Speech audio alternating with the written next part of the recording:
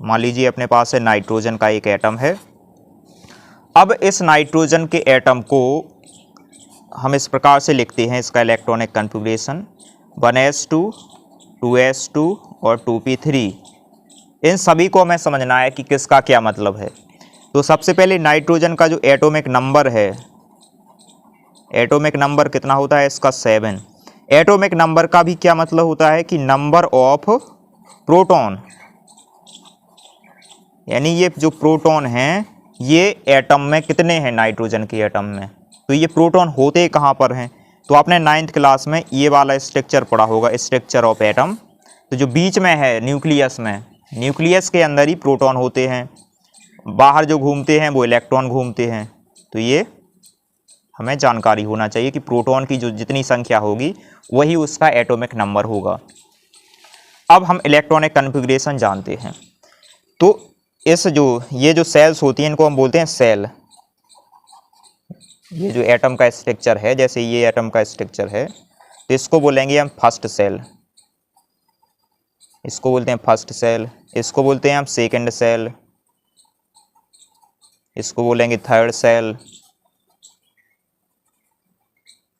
इसी को हम बोलते हैं KLMN। इस प्रकार से सेल के अंदर क्या होता है, सेल के अंदर होती हैं सब सेल। यह भी बेसिक जानकारी आपको होना चाहिए। सब सेल का मतलब होता है S, P, D और F से। जैसे ये S है, P में कितने इलेक्ट्रॉन भर सकते हैं, तो S में भरेंगे 2 इलेक्ट्रॉन, P में भरेंगे कितने 6 इलेक्ट्रॉन, P में भरेंगे 6 इलेक्ट्रॉन। ये जहाँ पर इलेक्ट्रॉन भर रहे हैं इनको हम बोलते हैं ऑर्बिटल। ऑर्बिटल जैसे 1 इलेक्ट्रॉन, 2 इलेक्ट्रॉन, 3 इलेक्ट्रॉन, 4, 5 और 6। तो बेसिक जानकारी आपको इतनी होना ही चाहिए कि एटॉमिक नंबर का मतलब क्या होता है, सेल का क्या मतलब होता है, सब सेल का क्या मतलब होता है, ऑर्बिटल का क्या मतलब होता है, सब सेल का क्या मतलब होता है, ऑर्बिटल का क्या मतलब होता है, और S, P, D, F किस में कितने इलेक्ट्रॉन भर सकते हैं। मैक्सिमम S में हम भर सकते हैं 2 इलेक्ट्रॉन S ऑर्बिटल में, P में भर सकते हैं सब सेल में, P में हम भर सकते हैं 6 इलेक्ट्रॉन, 6 इलेक्ट्रॉन, D में हम भर सकते हैं 10 इलेक्ट्रॉन और F में हम भर सकते हैं 14 इलेक्ट्रॉन। ये हमें जानकारी होना चाहिए। अब जो हमें ऑक्टेट रूल पढ़ना है, इसकी एप्लीकेशन है इसी में, नाइट्रोजन एटम में।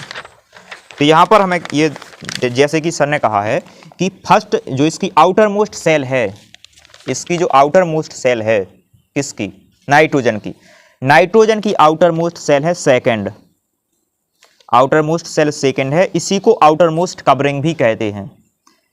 आउटर मोस्ट कवरिंग में जितने इलेक्ट्रॉन होंगे वो हम गिनेंगे, और फिर जितनी कमी होगी, आउटर मोस्ट सेल में 8 इलेक्ट्रॉन होना चाहिए, 8 इलेक्ट्रॉन होना चाहिए। ये मतलब नोबल गैस जैसा इलेक्ट्रॉनिक कॉन्फ़िगरेशन हर एक एटम चाहता है कि हमारे लास्ट सेल में 8 इलेक्ट्रॉन हो जाएं। जितनी भी हम ये रिएक्शन कराएंगे, जितनी भी केमिकल बिहेवियर होंगे, वो सारे एटम इसलिए लड़ रहे हैं कि उनके लास्ट सेल में 8 इलेक्ट्रॉन होना है। हम उनको करके दें कैसे भी। चलिए, तो यहाँ पर 5 इलेक्ट्रॉन है। अब कितने कम इलेक्ट्रॉन हैं कि 8 हो जाएं, 3 इलेक्ट्रॉन की कमी है। तो ये 3 इलेक्ट्रॉन क्या करेंगे, 3 बॉन्ड का फॉर्मेशन करेंगे। एक और चीज़ हमें ये जानना जरूरी है कि जो लास्ट सेल है वही किसी भी एटम का कंपाउंड, ये सारे एटम का बिहेवियर डिसाइड करती है। कौन सी, आउटर मोस्ट सेल। अब यहाँ पर N+, N-, N-2, N-3 इनका क्या मतलब है ये जानते हैं। चलिए, तो हम जानते हैं N+ को हम कार्बन क्यों कहेंगे, N+ को हम कार्बन कह सकते हैं। ये हम किस बेसिस पर कह रहे हैं, तो जैसे हमारे पास है नाइट्रोजन, ये नाइट्रोजन है 1s2 2s2 और 2p3। अगर ये नाइट्रोजन किसी को अपना एक एटम दे देता है, सॉरी एक इलेक्ट्रॉन अपना किसी को इसने दे दिया, तो हम इसको कह सकते हैं N+ चार्ज इस पर आ जाएगा। अब इसका इलेक्ट्रॉनिक कन्फिग्रेशन हो जाएगा 1s2 2s2 2p, 3 की जगह बचेंगे कितने, 2, क्योंकि एक इलेक्ट्रॉन दे दिया गया है। तो यहाँ पर हो गए कितने इलेक्ट्रॉन, 4 इलेक्ट्रॉन हैं। और 4 इलेक्ट्रॉन को 8 बनाने के लिए और क्या करना पड़ेगा, 4 इलेक्ट्रॉन और चाहिए, तो ये बना लेगा 4 बॉन्ड। तो 4 बॉन्ड कौन बनाता है, बनाता है कार्बन, इसलिए हम इसको कार्बन कहेंगे। और वैसे भी कार्बन में 6 इलेक्ट्रॉन होते हैं, 1 2 3 4 5 6, एटॉमिक नंबर इसका 6 होता है। चलिए कैसे बॉन्ड बनाते हैं देखना, जैसे कि ये है 1 2, यहाँ पर हो जाएगा 2p2, एक ये कैसा था, तो कितने 4 बनाएगा ना, तो 1 2 3 और 4 इस प्रकार से बन जाएंगे। कन्फ्यूजन है, अभी आगे इसको स्टडी कर लेंगे। तो अभी बेसिकली ये समझ लिया कि ये जो 4 हैं ये 4 बॉन्ड बनाएंगे। अब यहाँ पर नाइट्रो N- का है, एक मिनट। अब यहाँ पर हमने पढ़ा है कि N- का मतलब होता है ऑक्सीजन, क्योंकि एटॉमिक नंबर इसका नाइट्रोजन का 7 है और एक इलेक्ट्रॉन और ले लिया तो 8 हो जाएंगे। तो N- जो है वो ऑक्सीजन जैसा बिहेवियर शो करेगा, N-2 फ्लोरीन जैसा शो करेगा, और N-3 यानी तीन इलेक्ट्रॉन हमने किसी से ले लिए हैं तो ये न्यून जैसा शो करेगा, कोई रिएक्शन नहीं करेगा ये। तो ये अभी हमने सिंपल सा स्टार्टिंग में समझा नाइट्रोजन एटम के बारे में। उम्मीद करते हैं कि इसका आपको 50% समझ में आ रहा होगा। अब हमें NH3 का फॉर्मेशन करना है कि NH3 कैसे बनेगा ऑक्टेट रूल के अनुसार। चलिए NH3 बनाते हैं। NH3 बनाने के लिए वही सब हमें करना है कि सबसे पहले नाइट्रोजन को हम जानते ही हैं, ये है कि ये हमने बना लिया है नाइट्रोजन का जो स्ट्रक्चर है, 1 1 1। इसमें ये तीन जगह यहाँ पर खाली हैं, तो 3 जगह हम क्या जोड़ देंगे, यहाँ पर जुड़ जाएगा हाइड्रोजन। अब हाइड्रोजन जो है, हाइड्रोजन में 3 कंडीशन अपने पास होती हैं, यही हमें यहाँ पर सीखना है। चलिए इसके पहले हम ये ऑक्टेट रूल सीख लेते हैं। जैसे ये है नाइट्रोजन में ये वाला इसको लोन पेयर बोल देंगे, 2 इलेक्ट्रॉन ये हैं, लास्ट सेल ये है ना, तो लास्ट सेल के ये 2 इलेक्ट्रॉन ये हैं, 3 इलेक्ट्रॉन ये हैं, 1 2 और 3। हाइड्रोजन है यहाँ पर, मान लीजिए ये एक हाइड्रोजन का 1 इलेक्ट्रॉन, ये हाइड्रोजन का इलेक्ट्रॉन और ये हाइड्रोजन का इलेक्ट्रॉन। तो कुल मिला के यहाँ पर पूरे इलेक्ट्रॉन कितने हुए हैं, कुल मिलाकर के यहाँ पर पूरे इलेक्ट्रॉन कितने हुए हैं, 1 2 3 4 5 6 7 8, टोटल हो गए हैं 8 इलेक्ट्रॉन, यानी कि ऑक्टेट इज कंप्लीट। तो यहाँ पर ऑक्टेट क्या हो गया है, कंप्लीट हो गया है। ध्यान ये रखना है कि हम लास्ट सेल को ही यहाँ पर काउंट करते हैं 8 इलेक्ट्रॉन करने में।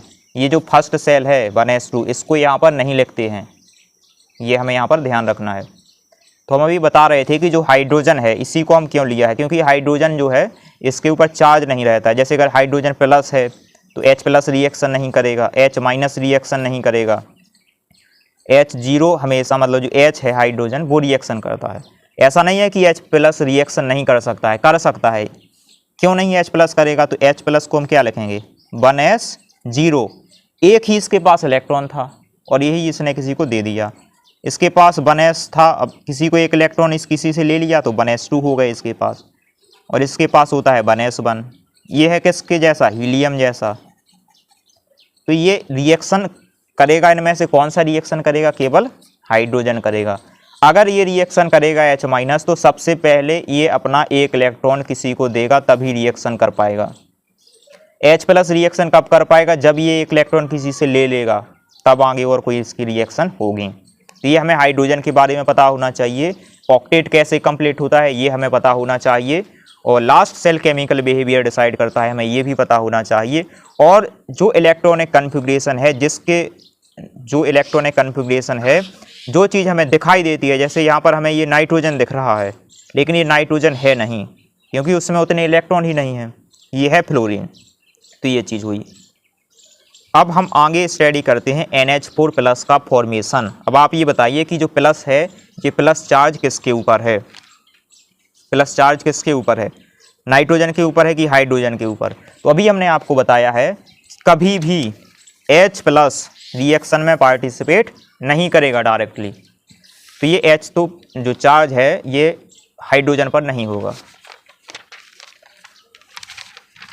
शाम भी खूब है, अब है यहाँ पर हमें प्लस लेना है, क्या है, नाइट्रोजन प्लस।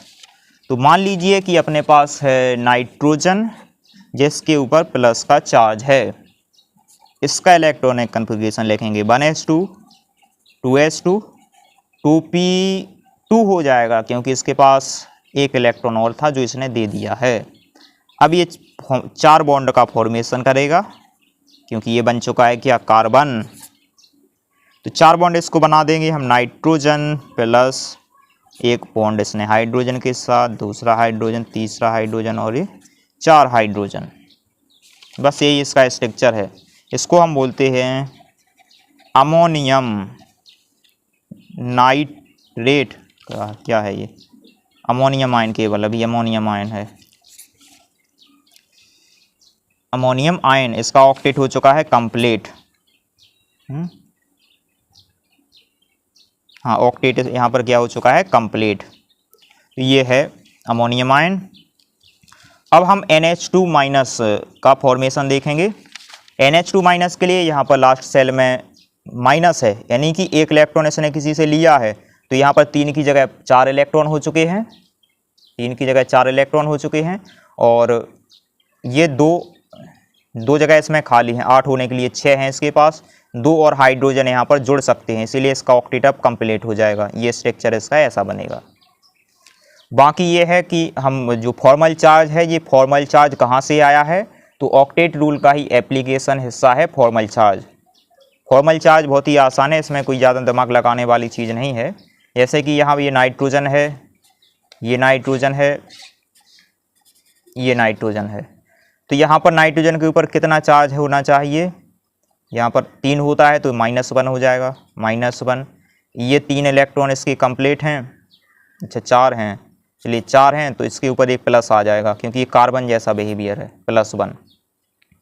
+1 इसके ऊपर चार्ज क्यों आया है बताइए, इसलिए आया है क्योंकि इसने एक इलेक्ट्रॉन किसी से लिया है, तब जाके ये 4 बॉन्ड बना पाया है।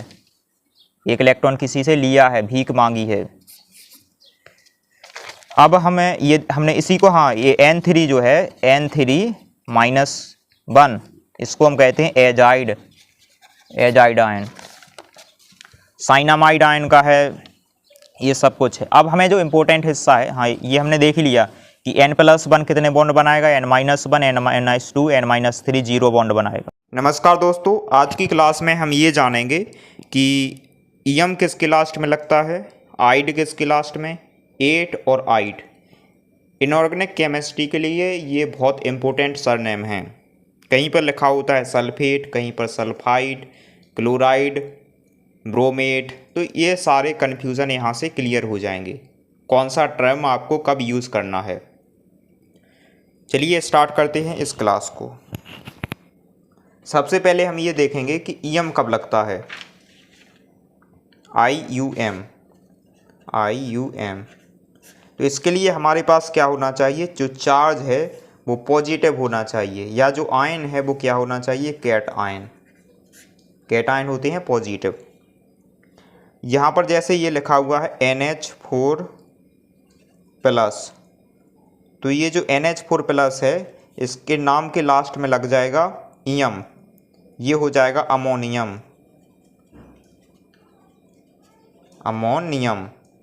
जैसे यहाँ पर ये स्ट्रक्चर हमने बनाया है, जैसे कि ये स्ट्रक्चर में क्या लिखा हुआ है, ये एक बेंजीन है, यहाँ पर नाइट्रोजन जुड़े हुए हैं, 2 नाइट्रोजन से, एक नाइट्रोजन ये, तो नाइट्रोजन ने कितने बॉन्ड बनाए हैं, 4 बॉन्ड बनाए हैं। 4 बॉन्ड कौन बनाता है, कार्बन, तो नाइट्रोजन तो 3 बनाता है, तो यहाँ पर रख देंगे क्या, प्लस चार्ज, यानी इस नाइट्रोजन ने किसी से एक इलेक्ट्रॉन जो है वो लिया होगा, तो ये चार्ज आ गया है प्लस। अब इसका नाम हो जाएगा बेंजीन डाई, मतलब 2 नाइट्रोजन है, डाइजोनियम, बेंजीन डाइजोनियम, ये हो जाएगा। जैसे कहीं पर लिखा हो Na+, तो इसका मतलब होता है सोडियम, IUM लगा है इसके लास्ट में। K+ है तो पोटेशियम, है ना, Rb है तो रुबीडियम, इस प्रकार से ये नाम यूज होते हैं। सेकंड है आइड, किसके लास्ट में लगता है, IDE।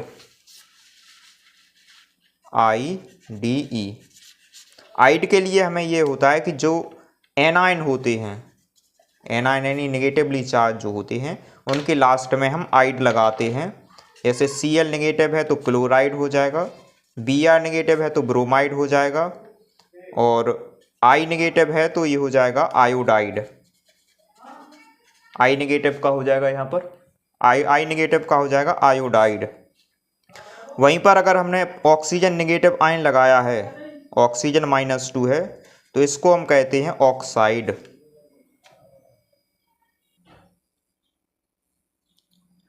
तो O-2 में हमने लगा दिया है यहाँ पर ऑक्साइड। जैसे कि यहाँ पर है OH-, तो OH-, ये जो चार्ज है ये क्या H- पर है या O पर है? तो यहाँ पर जो चार्ज है ये ऑक्सीजन पर है, ऑक्सीजन -H, क्योंकि H-2 कभी भी कोई भी रिएक्शन नहीं करता है, ना कोई H+ कभी भी रिएक्शन करता है। हाँ, ये रिएक्शन कर सकते हैं जब ये अपना कहीं से इलेक्ट्रॉन ले लें या दे दें। तो इसका नाम हो जाएगा हाइड्रो ऑक्साइड, हाइड्रोक्साइड। तो ये इसको हम हाइड्रोक्साइड कहते हैं। वहीं पर अगर N-3 है तो ये हो जाएगा नाइट्राइड, और S-2 है तो ये हो जाएगा सल्फाइड। इस प्रकार से इनके नाम होते हैं। अब 8 कब लगाते हैं हम? तो 8 लगाने के लिए हमारे पास होना चाहिए कॉम्प्लेक्स एनायन। जब हमारे पास कॉम्प्लेक्स एनायन होते हैं तो हम किसी नेमिंग के बीच लास्ट में लगा देते हैं 8। जैसे कि हमारे पास SO4 डाई नेगेटिव है तो इसका नाम हो जाएगा सल्फेट, इसका नाम हो जाएगा सल्फेट। अगर हमारे पास CO3 डाई नेगेटिव है तो इस आयन का नाम हो जाएगा कार्बोनेट। वहीं पर अगर हमारे पास HCO3 नेगेटिव है तो इसका नाम हो जाएगा बाइकार्बोनेट। इस प्रकार से ये पूरे इसके नेमिंग हो जाते हैं, नाइट्रेट, फॉस्फेट। और आइट हम कब लगाते हैं? जब हमारे पास एनायन हो। हमारे पास क्या होना चाहिए? एनायन होना चाहिए, बस इसकी जो ऑक्सीडेशन स्टेट है वो लो हो। जैसे कि अगर NO3 होता तो नाइट्रेट होता, अगर NO2 है तो ये नाइट्राइट है, ये यहाँ पर है। जैसे कि अगर NO3- है तो ये हो जाएगा नाइट्रेट, यानी 8 लगेगा इसमें, और NO2 नेगेटिव है तो लगेगा आइट। तो अगर A है तो लगे, अगर ज़्यादा है, बड़ी संख्या है तो A लगेगा, छोटी संख्या है तो I लगेगा। ये यहाँ पर बस कन्फ्यूजन वाला हिस्सा है। यहाँ पर इसलिए SO3 में लगा है आइट और SO4 में लगा है यहाँ पर 8 लगेगा। SO4 में 8, SO3 में आइट। तो ये सारी कन्फ्यूजन थी कि EM कब लगाएंगे, आइड कब लगाएंगे, और 8 कब लगाएंगे, और आइट कब लगाएंगे। ये यहाँ पर एनायन है, ये वाला हिस्सा कैटायन का है, ये वाला हिस्सा। अच्छा, ये यहाँ पर EM है, EM, आइड, 8, आइड।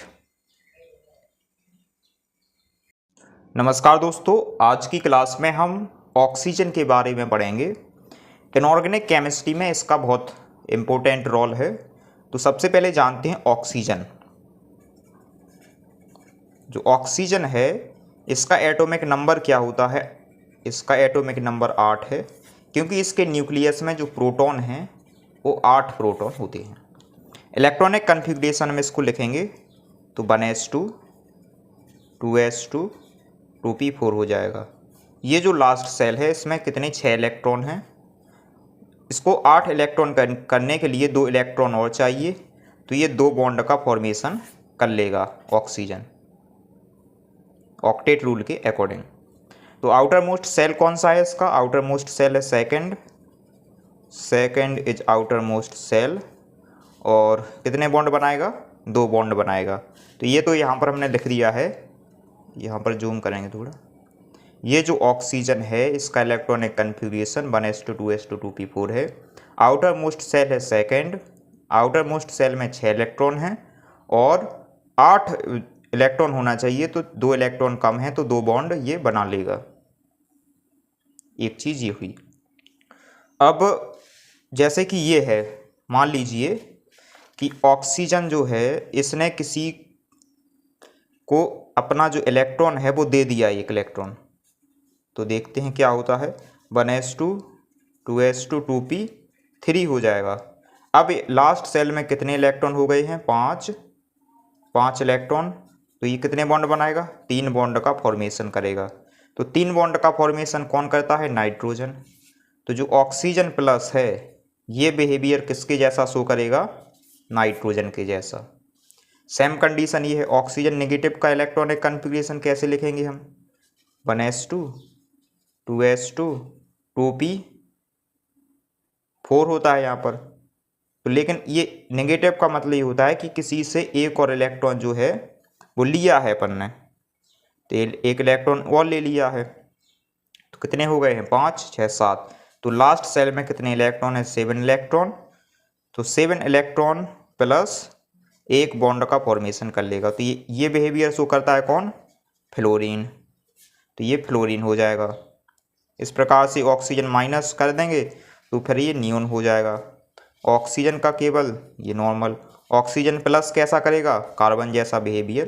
तो ये आपको यहाँ पर लॉजिकली थोड़ा सा समझना चाहिए।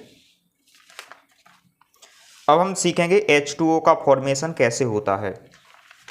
H2O का फॉर्मेशन कैसे होता है? तो ऑक्सीजन के साथ ये जो है 2 हाइड्रोजन जुड़ जाते हैं, 2 हाइड्रोजन इसमें जुड़ते हैं। तो ऑक्सीजन का इलेक्ट्रॉनिक कॉन्फ़िगरेशन होता है 1s2 2s2 2p4। 2 इलेक्ट्रॉन और चाहिए तो 2 जगह खाली हैं, तो इसको 1 2 ये जुड़ जाएंगे। 6 इलेक्ट्रॉन इसमें बनते हैं, तो 4 पहले से भरे हुए हैं और ये 2 इलेक्ट्रॉन के लिए जगह खाली है। तो यहाँ पर हाइड्रोजन और यहाँ पर हाइड्रोजन जुड़ जाएगी, 2 जगह हाइड्रोजन जुड़ेगा इसमें। तो ये इस प्रकार से H2O का फॉर्मेशन हो जाएगा। H3O प्लस का फॉर्मेशन कैसे होता है? H3O प्लस का फॉर्मेशन, इसको हम बोलते हैं हाइड्रोनियम आयन।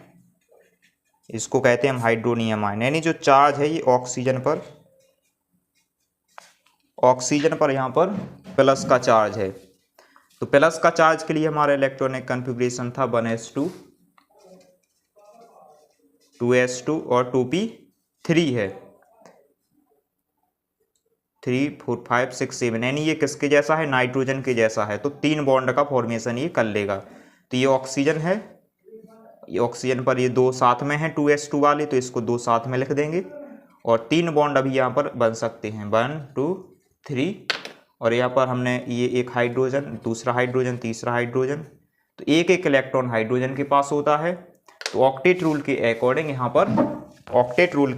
पर 8 इलेक्ट्रॉन होना चाहिए। तो 1 2 3 4 5 6 7 8।